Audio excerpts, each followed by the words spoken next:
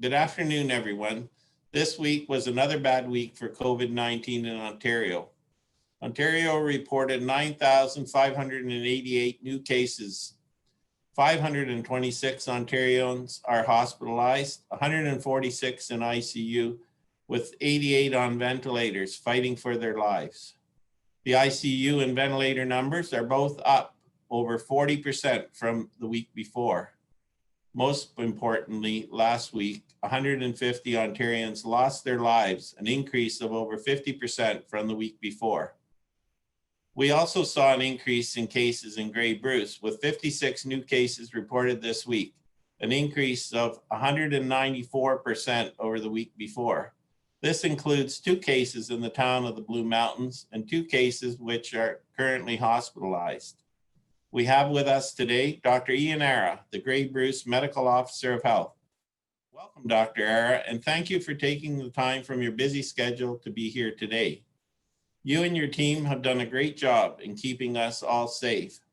Perhaps I can begin by asking you, what do you attribute the large increase in cases in Ontario and Grey Bruce to? Thank you, Mayor, for having me. As the Medical Officer of Health for Grey Bruce Health Unit, I am deeply concerned with the increasing numbers. If we look at the different settings wherever the transmission happened, the underlying principle has been COVID fatigued. People in Grey Bruce have done amazing, staying the course with the recommendation, and that kept us safe in the first wave and during the summer. And it's expected during pandemics that people would get tired with these measures. Nevertheless, it's not the time to lower our guard. It's a time to double down, especially with the good news about vaccine that's safe and effective in the near future. It is of critical importance at this point to realize that these numbers are not just the number of cases.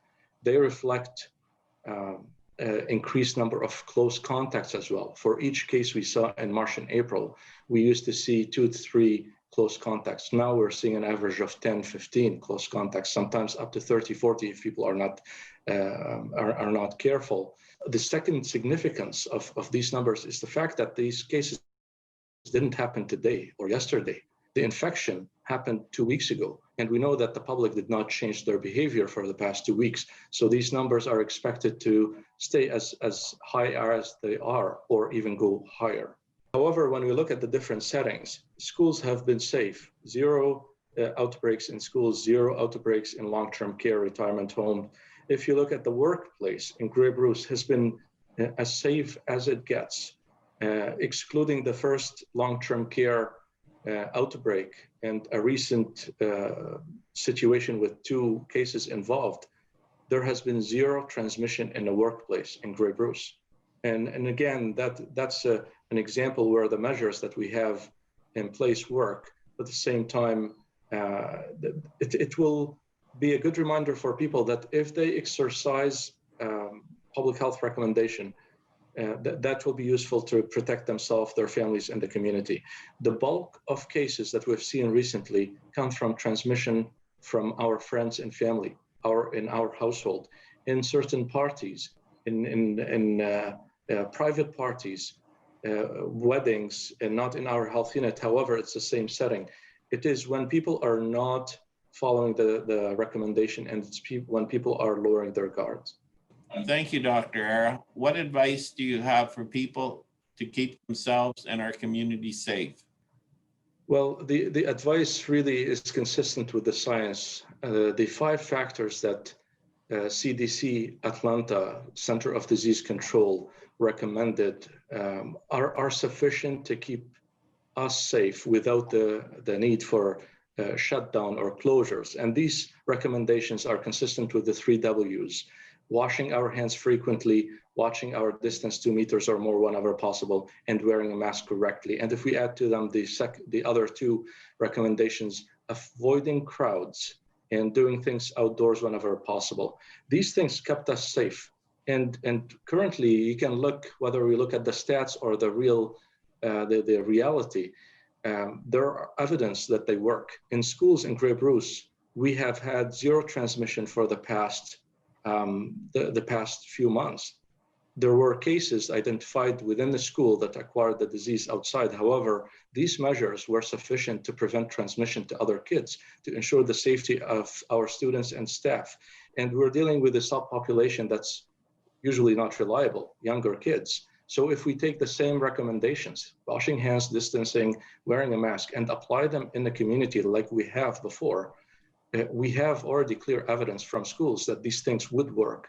And I would urge everybody to keep it top mind. The word mindful in English means keep it top mind in any setting you are, to make sure that you're following these recommendations to protect yourself, your family, and the community.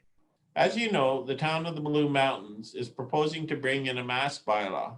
What is your opinion on the importance of wearing masks in situations when distancing is not possible? Using masks in public places, indoors, is established in evidence, and using masks in general has always been in the management of the pandemic. From science point of view, many people would ask, why didn't you utilize masks in the first wave? And the simple answer is the fact that we were all in complete lockdown, where people spent most of their day in their house. Their house was their mask. Using mask would require different criteria, but the two main are having community transmission, and we have community transmission right now. And the second one, interaction among individuals. In the first wave, most people were not interacting, and that's why we didn't recommend it. As soon as we went into reopening stages, especially the third one, that's where it becomes essential.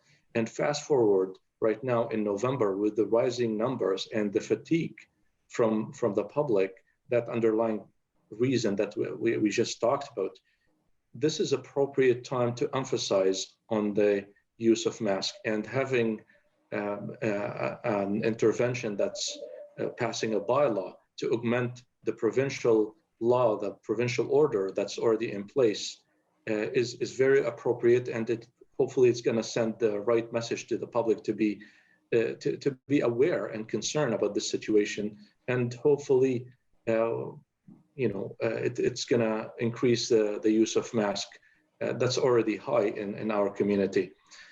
I have no doubt, Mayor, this intervention is saving lives, and it is going to save lives going forward.